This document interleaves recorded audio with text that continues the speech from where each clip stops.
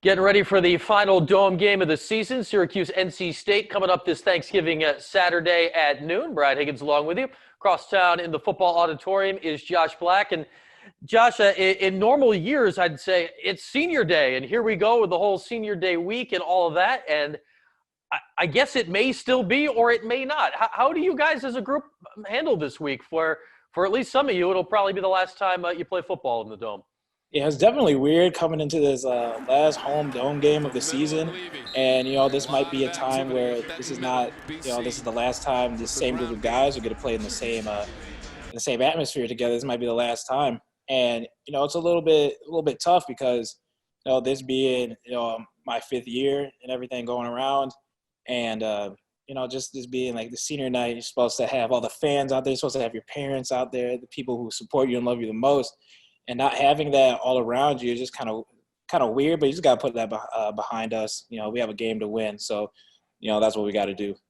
I guess the obvious first question for you is, do you know if this is your last game in the Dome yet? And how do you go about that decision process when this season comes to an end? I'm going to make that decision at the end of the season. There's still a lot I'm weighing here and there. And, it really comes down to, what's kind of guiding me, what I feel is the best decision for me personally. And, it's a lot to think about for sure. But, I'm going to make my decision soon right after the season.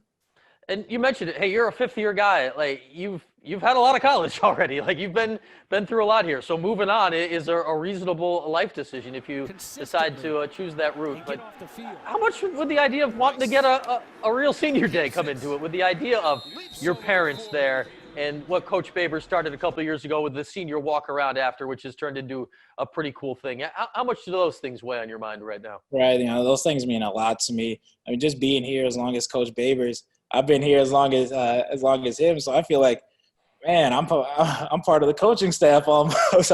I've been here so long, and I've been through it all here, and it's something that I definitely have to think about for sure. I'll say this: we'd love you to stay if you want to stay, but if you want to get on with the rest of your life, that is a reasonable decision as well. So either way is valid here going forward. Josh, let me hit you with this here. Thanksgiving week. I mean, you're a guy that can probably pack away a few plates of food. What do you look forward to in a normal Thanksgiving year?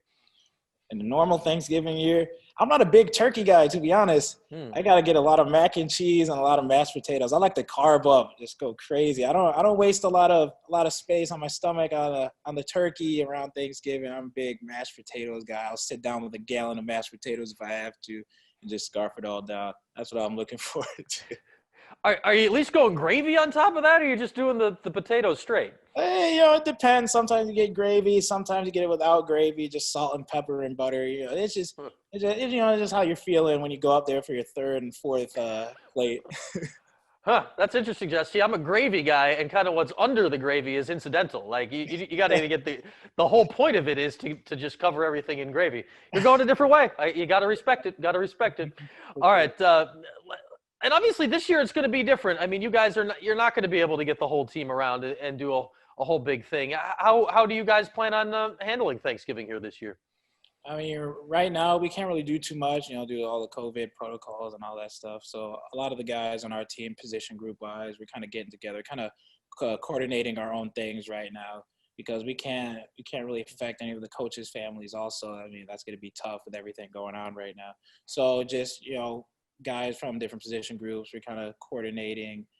We're trying to get everyone to kind of make a dish, so kind of have that whole family vibe to it for sure. Try to make up for this lost time. All right, we may have to check in next week to find out who on the team can cook. I guess you'll find out in a big way here this weekend here. All right, Josh, let's take it on the field here. Last week, defense made some plays. Unfortunately, not enough in it, but one specifically I want to ask you about was that pick that Garrett Williams had, because that was an all-world situation. I don't know from your view on the field, completely whatever it was, 30, 40 yards away if you got a good view at the time. But what did you see at the time? What did you see on film? And how much can you appreciate a play like that? Well, on the field at the time, I saw the ball in the air. I turned around. I was like, oh, this is going to be a one-on-one matchup right there. I saw the ball hit. I was like, oh, they're going to call the play dead.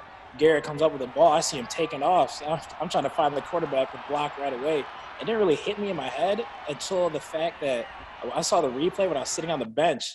I look up, I was like, he really caught that with one hand? Like, he played that perfectly. I haven't seen anything like that, ever in my life, like personally watching it on the field right there. And that's something about it. He's consistent with making these great plays, and that's exactly what we need. And we need more of that on the defense to help win these games. Phenomenal effort, phenomenal players. It's one of those things like, wow, this kid can do it all. It's awesome to see. It was a heck of a play. I mean, you think about it, for a guy that is pick six Trevor Lawrence this year, and maybe that wasn't his best play of the season, kind of tells you about the season Garrett's having, doesn't it?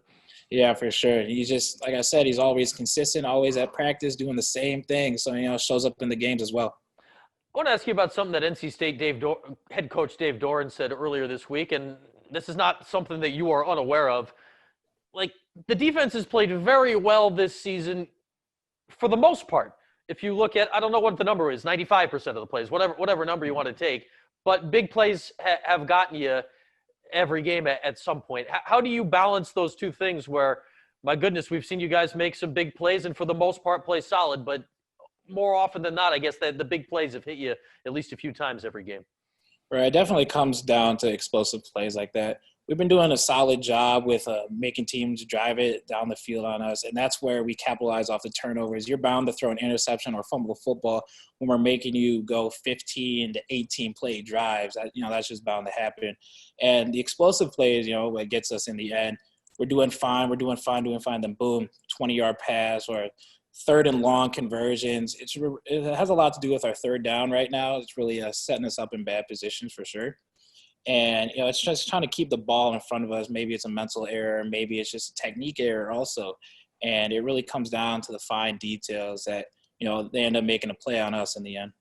Well, what's the balance there when you look at that? We know how many young guys you're playing with. I mean, we've told that story repeatedly all season where, my goodness, it is a lot to ask a freshman, isn't it, to not make a mistake at some point in the game. Because you look at it, for the most part, these guys are making plays, but man, when you got 5-6 of them on the field right all game long, at some point that maybe becomes hard to overcome. Yeah, definitely. It's just all about making sure everybody's on the same page. It's really easy to get confused out there, especially when some teams are going very fast and the play calls are coming in fast. And, you just have to communicate with the guy next to you and trust that they're going to do their job. And, sometimes that's what happens when these explosive plays happen. So one person, a couple people don't hear the correct calls. So we have 9 guys doing the right thing and 2 guys not doing the right thing. And then, ends up gashing us in the end. 2 games left here in the season.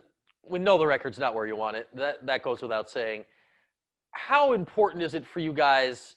We know you want to win, but to get another win this year, just to have that kind of as the period here on the season?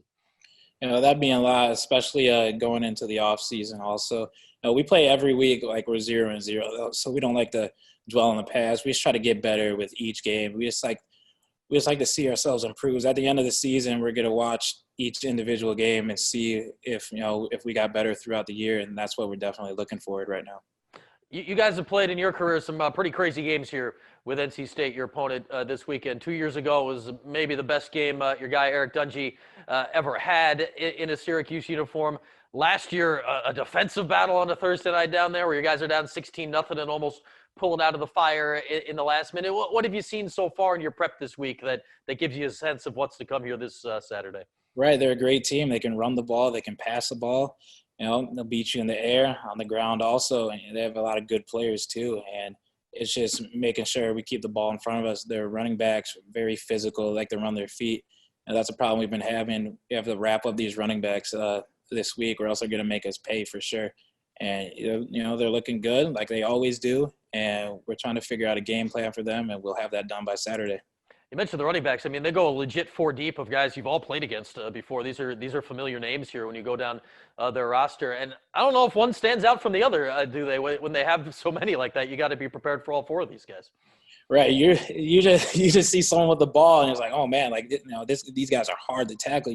Sometimes you don't even know if they sub in or not because they're running the ball the same. They run it hard and they're fast and they're quick too. And we just got to bring them down to the ground. All right, Josh, good stuff. Always good to chat with you. Have a happy Thanksgiving and enjoy it here in the Dome this week. Thank you. Happy Thanksgiving.